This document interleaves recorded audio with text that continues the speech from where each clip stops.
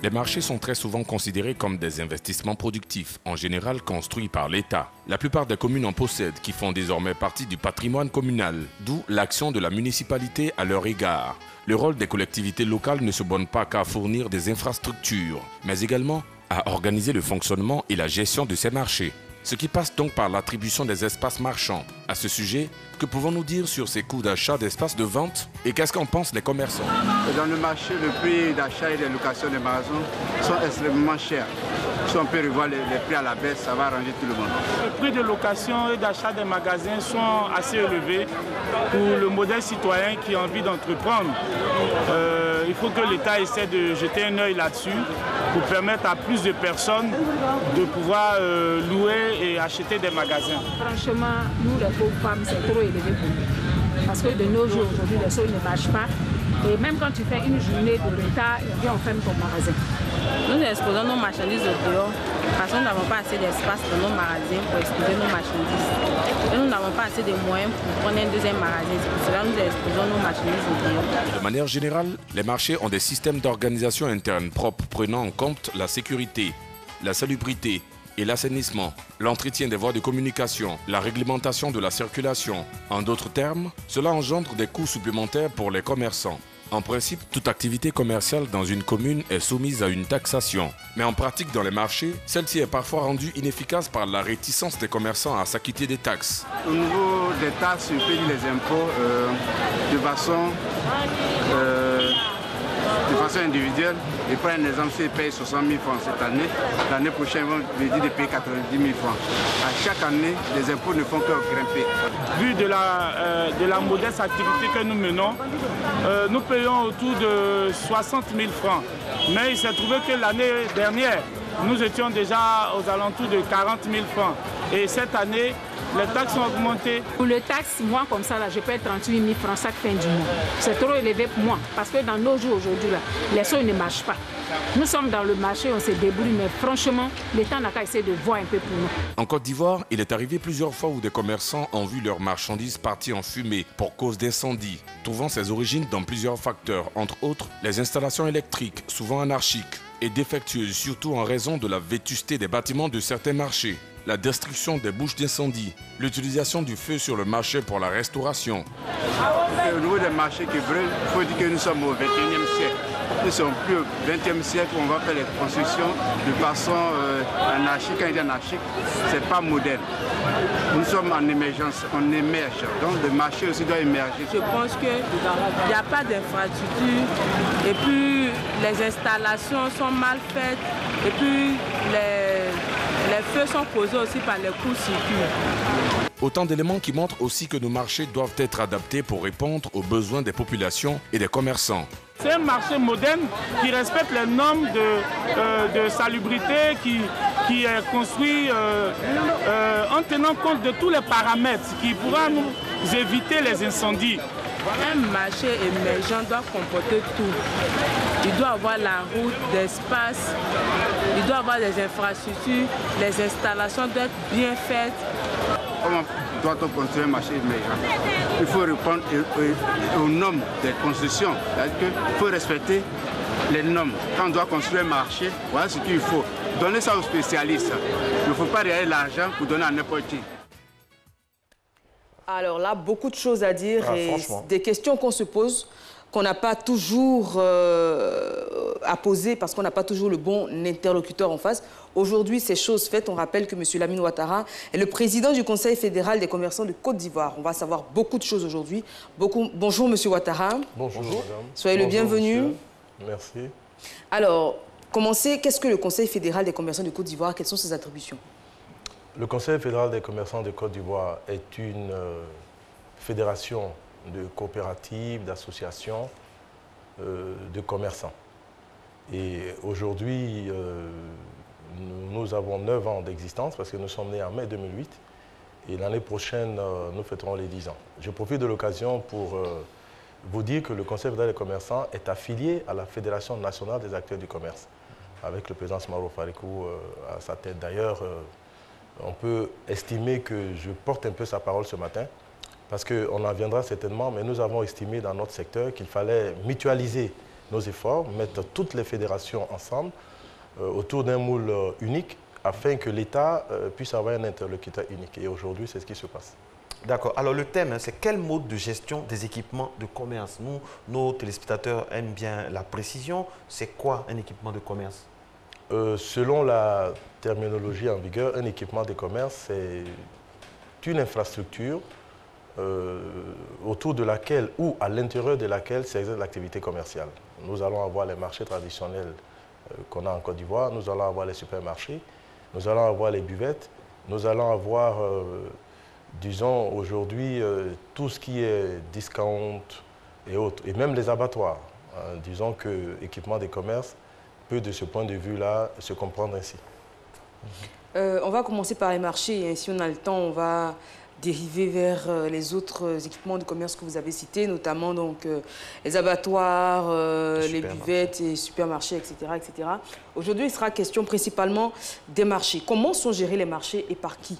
Par la mairie, par notamment les fédérations que vous citiez, par les commerçants eux-mêmes. Quel est le mode de gestion des différents marchés?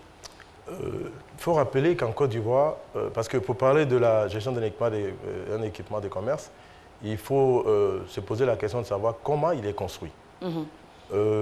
Pendant les années des indépendances, le président Houphouët-Boigny, avec son génie que nous lui reconnaissons, il posait dans une localité précise tous les équipements de base. Un centre de santé, à l'occasion des fêtes tournantes, un centre de santé, une brigade de gendarmerie et à l'occasion un marché. Évidemment, c'était l'État. Les marchés étaient donc mis sous la responsabilité des préfets et des maires. Des préfets parce que n'oublions pas que la communalisation est venue en Côte d'Ivoire au début des années 80. Et donc les mairies ont toujours eu la gestion des marchés. Ça c'est la réalité jusqu'aujourd'hui. Nous ne sommes pas associés du tout.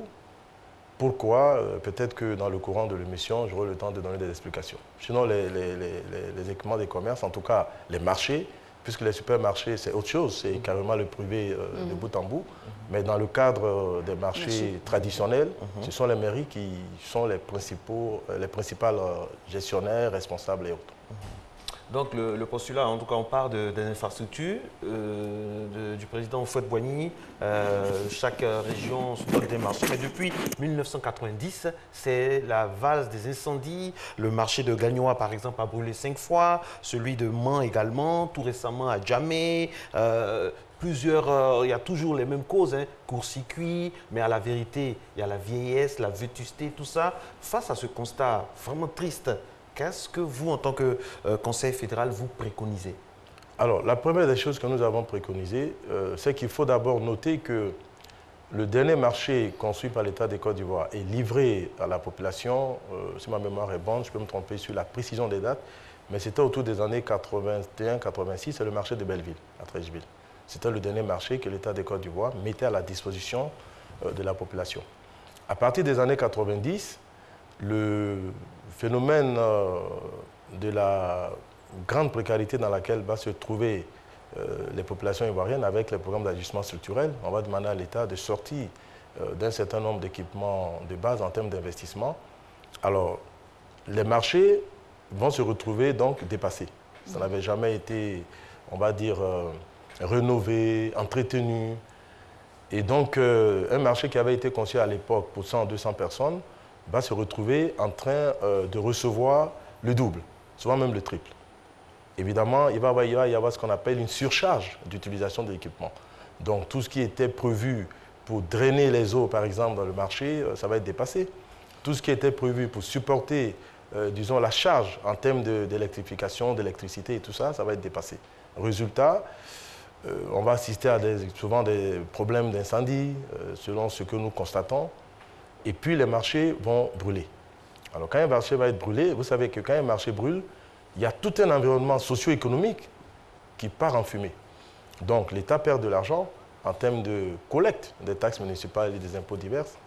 Les commerçants eux-mêmes perdent tout puisqu'ils perdent leurs marchandises. Et donc il y a même l'insécurité alimentaire qui s'installe là. Parce que durant le temps de la construction, les gens vont s'approvisionner un peu n'importe comment. Alors, qu'est-ce qui va se passer? L'État, on lui a demandé de ne pas investir dans le secteur les maires vont imaginer, disons, un dispositif qu'ils ont eux-mêmes appelé le BOT. Ils vont faire appel à des privés qui vont obtenir une concession, qui vont construire les marchés, les exploiter sur une certaine durée. Et en l'espèce, le marché référence qui a été construit par un opérateur économique privé, c'est le marché Forum d'Adjamé.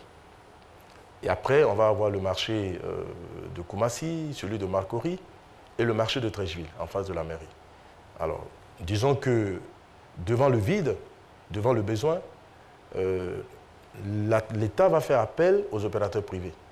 Mais malheureusement, les problèmes n'ont pas été résolus, puisque ces marchés, même s'ils n'ont pas connu d'incendie en tant que tel, les problèmes d'insalubrité sont revenus, les problèmes de surcharge sont revenus, les problèmes de plainte, vous avez entendu les commerçants tout à l'heure parler de pas des portes exorbitants, parler de taxes municipales dans ces marchés exorbitants. Donc, de notre point de vue, ça a été une solution, mais on peut regarder ailleurs. Et c'est à ce niveau que nous estimons qu'il est temps que l'État permette aux organisations professionnelles des commerçants que nous sommes de faire nos preuves. Je vous dis par exemple, ce matin, quand je sors d'ici, je vais participer au nom des organisations professionnelles des commerçants au Forum des hommes d'affaires. Est-ce que vous êtes prêt à faire vos preuves? Parce que l'État aussi, on a une tradition du fait que les marchés sont confiés sont gérés par les maires, tout ça. L'État ne peut pas se départir comme ça et vous confier ça directement. Il faut que vous aussi, vous puissiez faire vos preuves, non? Mais l'État, nous sommes des privés. L'État confie à des privés. Nous sommes des privés, avec les États que nous savons. On ne demande pas à l'État de sortir du système. On demande à l'État, tenez, le marché d'Abobo quand il a brûlé, c'est un fait majeur. On n'en parle pas suffisamment, mais c'est la première fois en Côte d'Ivoire que quand un marché brûle, nous avons vu au plus haut sommet de l'État, le Premier ministre de Côte d'Ivoire se déplacer avec les membres du gouvernement, aller compatir à la douleur des commerçants, faire le geste symbolique, mais prendre la promesse de faire reconstruire le marché rapidement et d'y installer les commerçants gratuitement. Wow. On y est. On y est. Alors, quand on va installer les commerçants gratuitement, là, par exemple, il n'y a pas eu de BOT. C'est l'État qui va demander à un opérateur de reconstruire et puis de s'en aller. Alors, si l'État, aujourd'hui, glisse intelligemment vers, disons, l'écart, enfin, vers l'écart, je ne peux pas dire ça, mais le fait d'éloigner les opérateurs économiques qui n'ont rien à y faire, qu'on nous laisse construire nos marchés, ben, un bon père de famille, on sait qu'on aura mis de l'argent dedans parce que dans tous les cas, c'est avec notre argent que ces marchés sont construits. Puisque les pas des potes que les commerçants payent, c'est l'argent des commerçants. Alors, qu'on nous fasse confiance, on a levé, nous, au niveau de la Fédération nationale des acteurs du commerce et du Conseil fédéral, nous avons la fédération, par exemple, la FENACI, est membre aujourd'hui de la Confédération des commerçants de France. Nous avons à l'extérieur un certain nombre de bailleurs de fonds qui sont prêts, tenez-vous bien, à mettre à la disposition du secteur 200 milliards de francs CFA. Et ce matin, en allant au Forum des affaires, nous allons en débattre. Mais il y a 10 ans, les organisations de commerçants n'étaient pas sous ces forums-là. Mais aujourd'hui, nous y sommes. Donc, nous disons qu'il faut juste nous donner l'opportunité de faire nos preuves. Et parce qu'on nous reprochait d'être dispersés. On nous reprochait, ils n'ont pas tort, parce qu'aujourd'hui, dans les fichiers du ministère du Commerce, c'est à peu près 300, 400, 500, 600 organisations professionnelles qui existent. Mais il y a les majeurs. Et les majeurs, il y a la FENACI qui a été créée par l'État lui-même. Et nous sommes, Conseil fédéral, avec bien d'autres structures. Nous sommes venus nous agréger. De telle sorte que depuis l'année dernière, 2 ans bientôt, si ma mémoire est bonne, nous nous sommes fédérés tous autour de cette fédération-là. Notre voix doit pouvoir porter. Nous sommes en contact avec l'ordre des architectes. On leur a soumis un certain nombre de plans. Ce n'est pas normal que dans un pays ensoleillé comme la Côte d'Ivoire, quand on rentre dans un marché, à partir de 13 h, là où le soleil est pratiquement au zénith, qu'il n'y ait pas pratiquement de visibilité. Il fait noir. Exactement. Bon, donc nous sommes en train de regarder tout ça. Évidemment, qu'on nous laisse gérer, mais avec la supervision de l'État. Les maires ne sortent pas du jeu. Mais il faut qu'on ait un responsable. Ce n'est pas normal qu'un marché brûle et puis qu'on ne fasse rien. Alors justement, pour parler de construction de marché, hein, vous l'avez dit, le dernier marché construit et livré par l'État, c'était en 81, le marché de Belleville. Oui, c'est Depuis, ce sont des privés qui ont pris le relais. Oui. Alors, sur quel plan est-ce qu'on construit nos marchés? Parce qu'aujourd'hui, on s'en rend bien compte quand il y a des incendies, on se rend compte qu'il n'y a pas de bouche d'incendie, par exemple. Les constructions sont anarchiques. Vous l'avez dit, les toits, par exemple, sont en tôle. On sait qu'on est dans un pays tropical, il fait extrêmement chaud. On rentre dans un marché, c'est bétonné de partout, il fait extrêmement chaud. Même pour la conservation des produits de première nécessité, on va dire des produits maraîchers, par exemple, les tomates, etc. C'est pas idoine. Sur quel plan on construit les marchés? Qui les construit? Qui valide la construction de ces marchés-là? Bon, ça, je ne peux pas m'avancer parce que je vous ai dit tout à l'heure, on n'a jamais été associés. Ça nous tombe dessus quand même. Prenez l'exemple du marché Forum d'Adjamé, prenez l'exemple du marché de Treichville. Je vous mets au défi de montrer une organisation professionnelle qui a été associée. Même le marché de l'intérieur du pays? Ah oui, si à Abidjan on n'est pas associé, ce n'est pas à l'intérieur qu'on va être associé. Non, ça c'est sûr. Bon, maintenant ça, comme je l'ai dit, nous on ne va pas refaire les choses. Hein. On estime que ce qui est fait a été fait avec les limites qu'on a reconnues. Beaucoup de béton, moins de luminosité. Maintenant, il faut avoir l'honnêteté de dire que si par exemple le marché Forum, au début, sur le marché de Treichville, au début, les bouts d'incendie sont prévus, même posés. Maintenant, le problème va se poser au niveau de la gestion. C'est-à-dire qu'à la pratique, les gestionnaires n'ont pas toujours été à la hauteur pour faire respecter, on va dire quoi, les manuels de procédure. Hein, par exemple, quand vous avez dit que dans le marché qu'on a construit, tout autour, sur peut-être 100 mètres, il ne doit pas avoir d'activité commerciale. Ça veut dire qu'il faut libérer la voie et demander à tout le monde d'intégrer le marché. Mais si 6 mois après, les gens, estimant que les places sont petites à l'intérieur, la dame l'a dit tout à l'heure dans le reportage, ben, ils vont aller s'installer à l'extérieur. Et c'est à ce niveau qu'il faut que les maires fassent la police. Mais un maire, dès que quelqu'un s'installe, ce qui le préoccupe, et c'est ce que nous avons constaté, c'est de poser la taxe. Et puis on dit, bon, on s'occupe du domaine public et tout ça. Justement, bon, je vous prends au mot hein, par rapport à la taxe. Combien rapporte un marché? Combien rapporte un marché dans l'économie tant locale que globale dans notre pays? Vous avez certainement des chiffres à nous communiquer? Alors, le dernier chiffre que nous avions, c'était, on va dire, les chiffres de 2009-2008, à peu près. À cette époque-là, le budget de l'État de Côte d'Ivoire s'articulait autour de 3 000 milliards de francs CFA, en gros, par année. Et les statistiques avaient démontré que le secteur du commerce y concourait à hauteur de 650 milliards de francs CFA. Ça veut dire les 2 tiers. Le président Alassane Ouattara est arrivé en bon économiste. Il a repris les fondamentaux et il a fait monter le budget de l'État de Côte d'Ivoire de 3 000 milliards à 4 000, à 5 000. Aujourd'hui, nous frôlons les 6 000 milliards de francs CFA par an. Ce qui suppose qu'on n'a pas encore les statistiques. Je sais que les gens y travaillent. Mais si on fait une sorte de glissement hein, ou d'extrapolation, on peut dire que si à 3 000 milliards, le secteur du commerce concourait à hauteur de 1 650 milliards, ça veut dire qu'aujourd'hui, ça ne peut être que la même chose. Donc, si le budget est à 6 000 milliards, on peut dire que nous concourons à hauteur d'au moins 3 000 milliards. Voilà les enjeux. 3 000 milliards, c'est pour un secteur, je vous dis, qui est classé dans l'informel, pour la plupart. On sort d'un séminaire à Yamoussoukro le week-end dernier, on est parti depuis le mercredi, qui portait sur la carte professionnelle des commerçants. L'objectif, c'est de faire en sorte que le secteur du commerce sorte, qu'il y ait la migration du secteur informel au secteur formel. Et la carte professionnelle doit jouer un rôle catalyseur. Ça va être obligatoire, ce n'est pas un secret que je dis parce qu'on sort d'un séminaire. Alors l'objectif c'est quoi? Si c'est 3 000 milliards que nous sommes capables de recueillir, ça veut dire que si on est organisé, mieux structuré, avec, disons, le soutien de l'État, c'est sûr qu'on va atteindre les 4 000 milliards. Donc le débat, ce n'est pas sur, disons, la solvabilité des commerçants, sur le fait que ça marche ou pas. Le débat se porte plus sur l'organisation d'un secteur. Et nous, l'État a fait sa part, hein, il ne faut pas, parce que je vous dis une chose, c'est vrai qu'ils ne sont pas très d'accord avec les maires, mais à leur décharge également, il faut dire que les maires n'ont pas les moyens de leur politique. Parce que les transferts de compétences n'ont pas été faits au niveau des maires jusqu'à un certain niveau. Vous posez certainement la question de savoir à qui appartient un marché. On a dit que ça appartient aux maires, mais on n'a pas fait le lien juridique. Parce que quand un marché brûle, d'ailleurs nos marchés ne sont pas assurés. Pourquoi?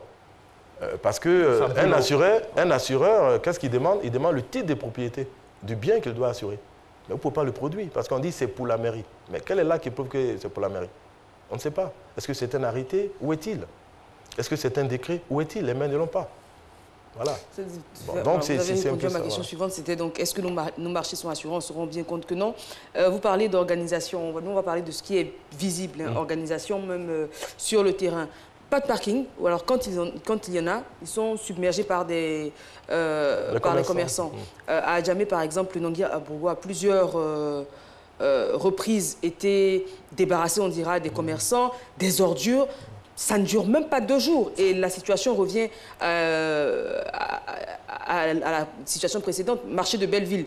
Pareil, les places de parking sont occupées par les commerçants. Quand on arrive, on ne peut pas garer. Qu'est-ce qui est fait pour que les marchés soient plus modernes et que justement les commerçants comprennent que c'est pour eux-mêmes leur bien et leur sécurité? Bon, sur le problème d'Adjamé, je pense que c'est un problème global, d'incivisme, disons, de la population elle-même. Hein. Vous savez, le secteur du commerce, c'est le seul secteur qui socialise sans, disons, sans grands critères. Vous voyez, nous sommes dans une société où une certaine paupérisation fait que les voies traditionnelles ou les voies modernes d'absorption du chômage sont assez rigoureusement inaccessibles à tout le monde. Hein, il faut une formation professionnelle, il faut des diplômes et tout ça. Alors le secteur du commerce est le seul secteur où, sans grande formation et puis on ne vous demande pas grand-chose. Hein, vous venez et puis bon, si vous êtes efficace, vous vous en sortez. Alors, à partir de là, nous pensons que la première démarche, enfin, le premier réflexe que nous avions, c'était de nous entendre, entre nous. Parce que, je vous donne l'exemple, au niveau d'Adjamé, c'est vrai que la ministre associe tout le monde, mais il va falloir mettre sur la même table la mairie, les organisations professionnelles des commerçants, et puis tout le monde. Parce que nous, dans tous les cas, quand nous, on revient nous installer, et si on ne perçoit pas des taxes, et qu'on nous empêche de nous installer, on ne s'installera pas. Monsieur Lamine Ouattara, je vais à cet instant-là, parce qu'il ne nous reste pas beaucoup de temps, oui. On a l'impression en Côte d'Ivoire que, vous allez me contredire, hein, si chaque fois qu'un maire est élu, la première chose qu'il regarde, c'est ce qui se passe au marché. On a l'impression aussi, des gens se plaignent, on a eu des questions sur nos différentes pages, que il y a pratiquement du racket dans les marchés, il y a les taxes officielles, il y a des taxes non officielles, que les marchés ne sont pas modernes, ne sont pas sexy, il n'y a aucune vocation touristique, il y a des souks dans d'autres pays, même le marché de Dantokpa ou bien d'Assigamé à Lomé ou à Cotonou, ça fait rêver. Mais nous, nos marchés, c'est du fourre-tout, le vendeur de bananes est voisin à la vendeuse de boubou.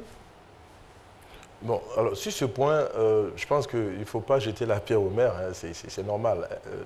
Dans nos villes, dans nos communes, la première source de revenus pour un maire, c'est le marché. Ça, il ne faut pas rêver. À partir de là, c'est un être humain, il a intérêt à faire en sorte que cet équipement des commerces-là fonctionne bien, hein, parce que c'est ce qui va lui garantir ses recettes journalières, etc.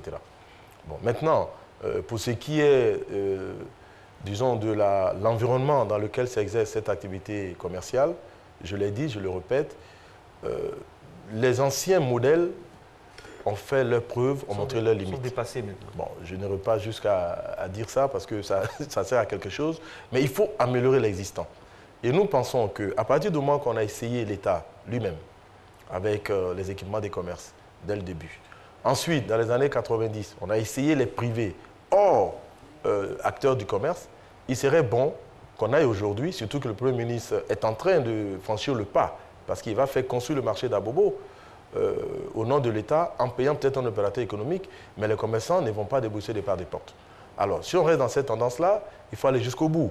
Il faut permettre aux organisations des commerçants qui sont autour de la grosse fêtière aujourd'hui, qui est la FENACI, de faire les preuves. Surtout que je vous l'ai dit, tout ce que vous avez soulevé comme problème, nous les avons soulevés. Nous sommes en contact avec le ministère du Commerce, la direction du commerce intérieur, la DIPAC. C'est un travail d'équipe qui se fait. Alors qu'on nous permette enfin de construire les marchés, surtout que nous avons des bailleurs de fonds en interne comme à l'extérieur qui sont disposés à mettre à notre disposition les moyens. Très bien. Merci beaucoup. Merci, Ouattara. Beaucoup. En vrai, on aurait tellement voulu parler parce qu'il y a énormément de choses qui se passent dans nos marchés. Il va parler donc tout à l'heure de quelqu'un qui qui fait la pluie, le beau temps au marché de Coco Vico. Je vous soumettrai son cas. Voilà, on va vous soumettre son cas hors antenne, tout ça, mais il faut, à l'instar de ce que M. Ouattara vient de nous dire, confier de plus en plus la gestion de nos marchés aux professionnels, mais des professionnels dans un secteur assaini. C'est la raison pour laquelle nous avons invité ce matin sur ce plateau le président du Conseil fédéral des commerçants de Côte d'Ivoire. Il est à la tête de ce conseil-là depuis 2008, un conseil même qui est arrimé à la FENACI. Nous saluons au passage M. Soumaoro Farikou. Voilà, qui fait partie et qui gère un peu tout ça. Merci beaucoup à vous d'être restés en notre compagnie. J'espère que vous allez aller au marché et qu'un jour, ça va changer, que nos marchés deviendront plus sexy avec une très bonne gestion pour le bonheur de tout le monde. Allez, très bonne journée, très bonne semaine. Ciao, ciao.